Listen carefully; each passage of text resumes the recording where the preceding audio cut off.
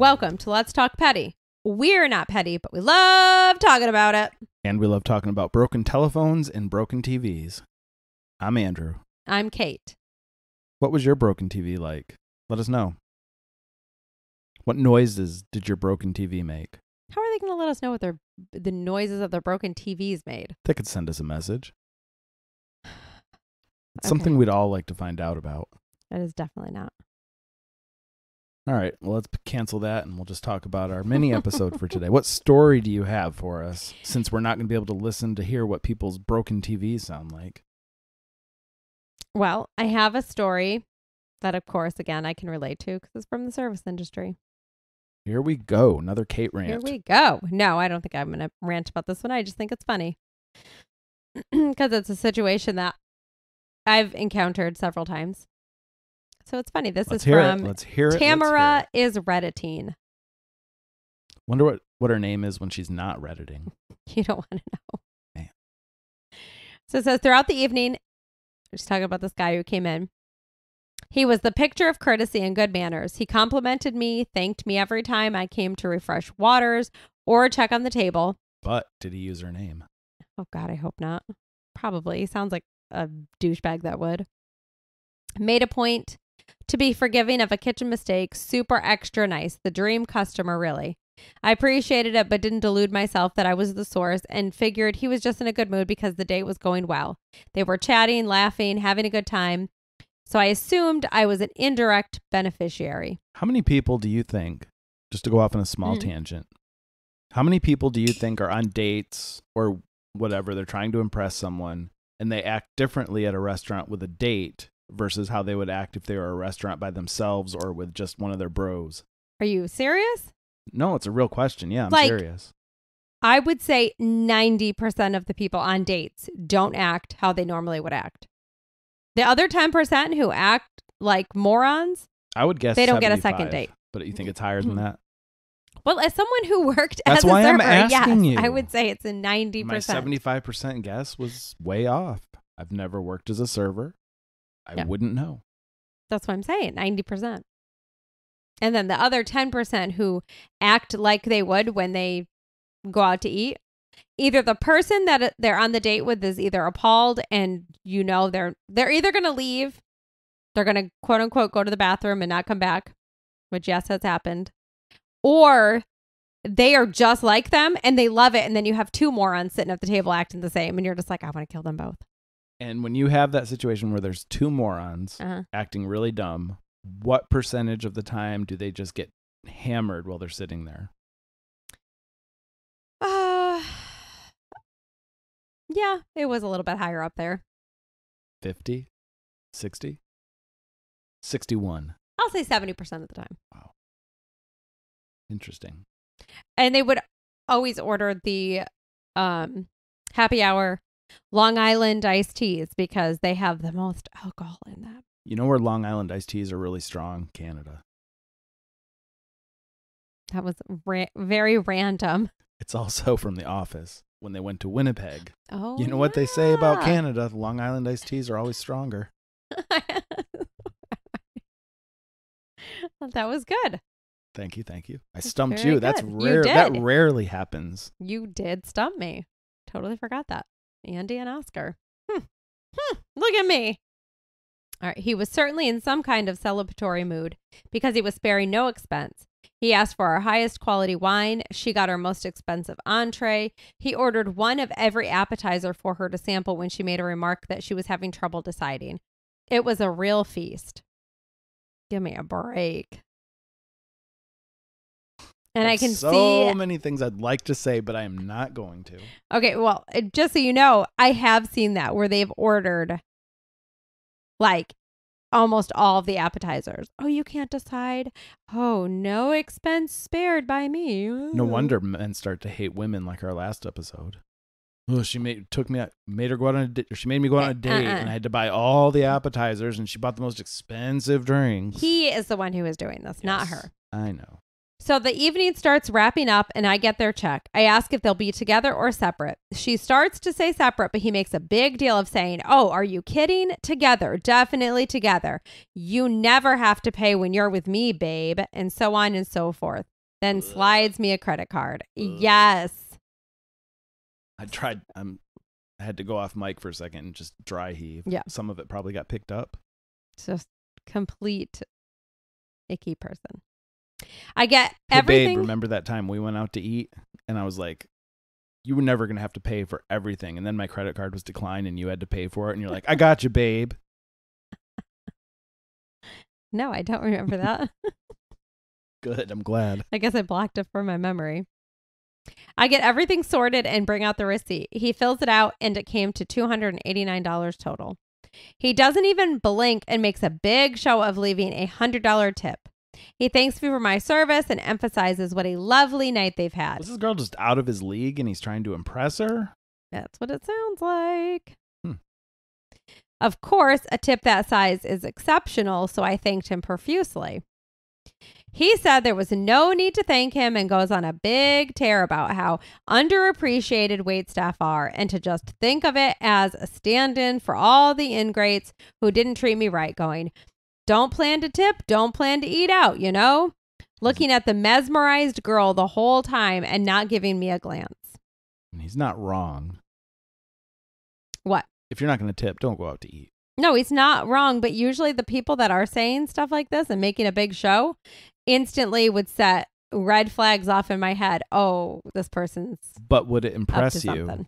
if the next words out of his mouth were, in fact, let me get a survey because I want everyone to know how good you are and I'm going to fill it out for you. No, because he's already in the process of going like over the top. So I would know, oh, okay, I'll give it to him, but he's not going to fill this out. Just in case you didn't know how over the top he was when he asked for the survey, that would be I would it. be like, oh, he's never you've going to been fill acting this out. this whole time. I get it now. No, I already would have known. I could care less where he was looking. I was looking at the upcoming $100.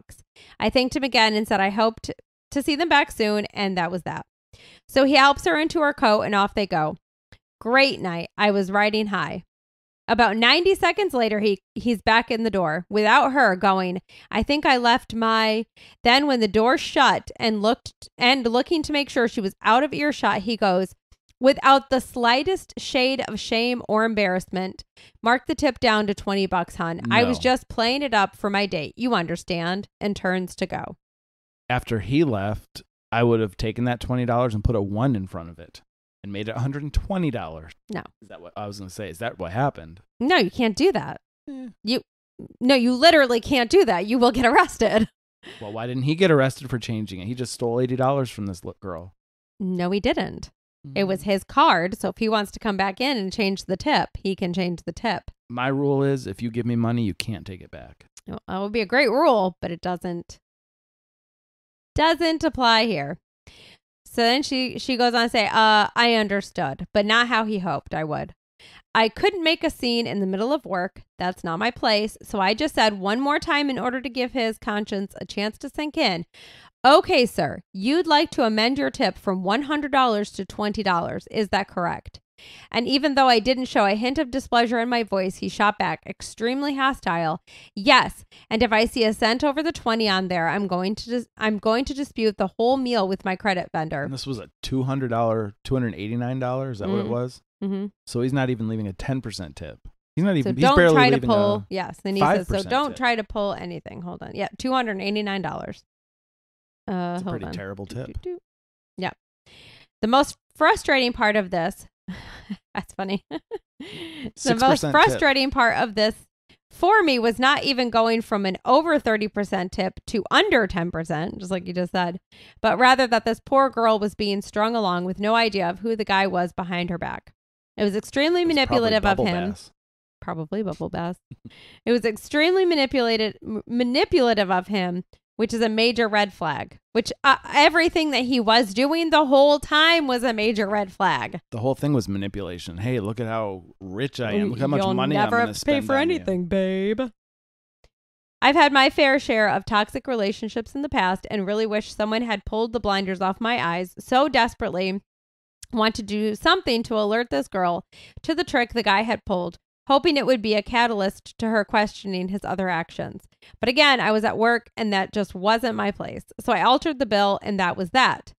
Then, just in time, something occurred to me and I darted outside, hoping to catch them in the parking lot. I got lucky.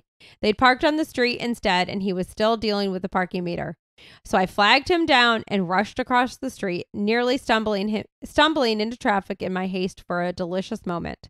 His date was already in the car but rolled down her window, since no one expects the waitress to follow you out to your car, waving her arms like a crazy person.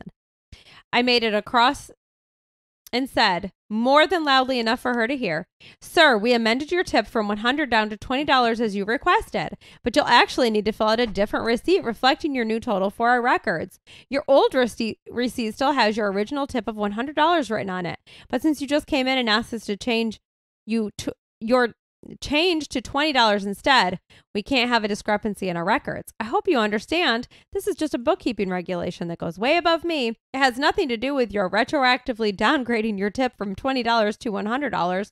We're just glad you enjoyed your evening." I would like to be friends with this girl. That's hilarious. His jaw was on the floor. He tried to pretend as though he didn't know what I was talking about, trying to give me some line about, "I think you're after someone else. I'd only come back because I'd forgot my keys," but I would not let it rest. The more he played dumb, the more I repeated versions of, "You wanted to change your tip from $100 down to $20. You came back in," and on and on. So we went back and forth for a few more seconds when finally he went, "Okay, whatever. Sorry for the miscommunication. If you need me to fill out a new receipt, I can." And I totally even keeled was like, "You only need to fill out a new receipt if you want to change your tip from $100 down to $20. And I'm guessing he didn't have the money in his account because he did it. He filled out the new receipt. His girlfriend was visibly shocked and the man was staring daggers through me. You could feel the rage emanating off of him. It was vicariously quite satisfying in place of the other toxic men I never did get that confrontation with, and all the bad tippers. Ironically, the exact kind he made a righteous speech decrying just a few minutes beforehand. And then off they drove. I'm sure never to patronize our restaurant again, but hopefully never to go out together again either, which would make it totally worth it. If this is not Bubble Bass, I'm going to be greatly, greatly disappointed. It does sound like somebody who is chauvinist and like hates women. Like that's the kind of stuff that they would do because they're like, "Oh, women are so stupid. Look how easily I can manipulate them into doing what I want." So this is petty begets petty, but justified. I will 100% approve of this one. I don't approve of a lot of them, but this one goes on my approval list. I like it. She did everything right. And if I was thinking, if she was, when she was going over this and explaining it to him, you're like, just one more thing, you wanted to bring your tip down from $100 to $20. No, I didn't want to do that. Wait, so you're telling me you're not the person that came in and took your tip down from a 30% tip down to a 7% tip? I would have just gone through all these different math equations just to rub it in and reinforce to her what an idiot he was and to remind him that he is a terrible human being. Yes, he is. And he didn't get away with it.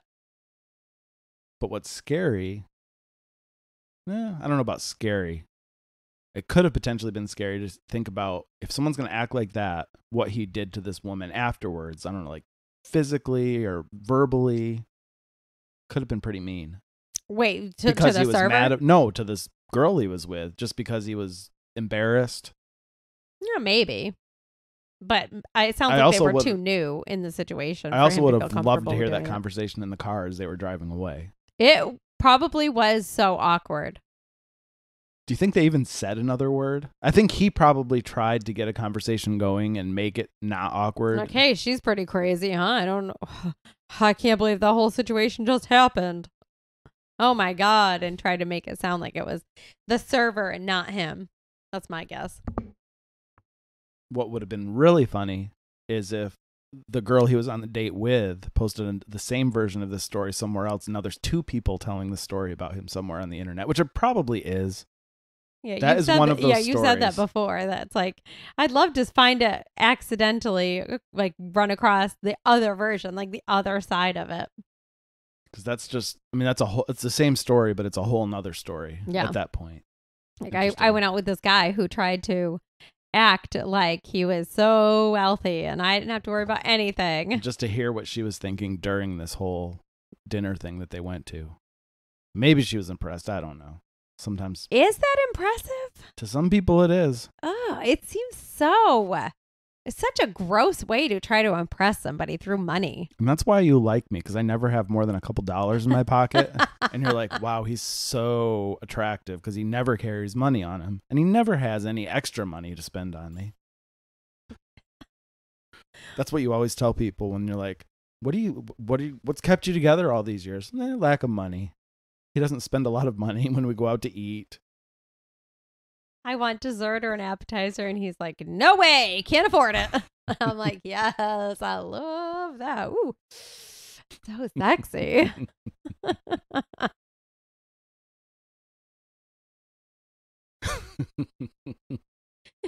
All those Secret's years out. ago, you knew how to get me, man. I still The do. funny thing is, you proposed to me at a restaurant.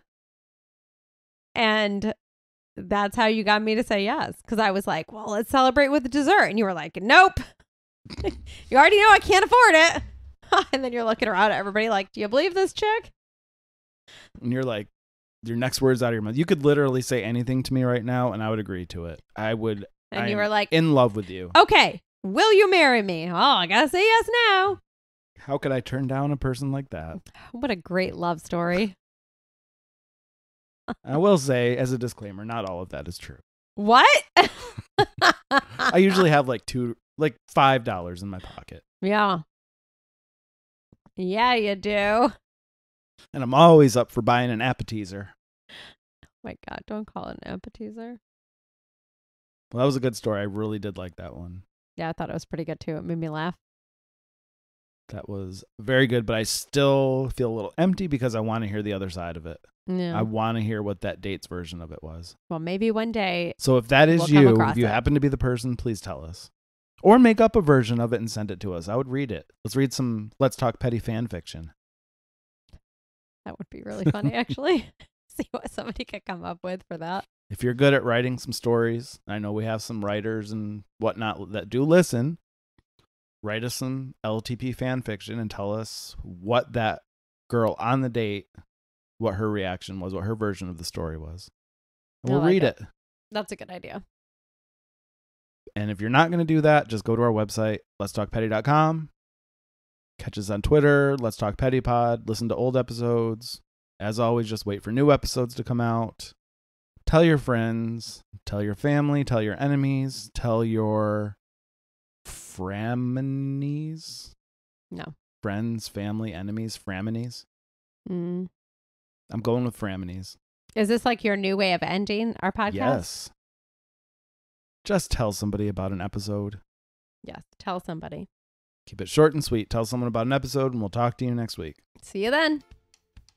Thanks for listening. Please be sure and give our show a review wherever you listen to your podcasts. And be sure to follow and subscribe so you don't miss an episode.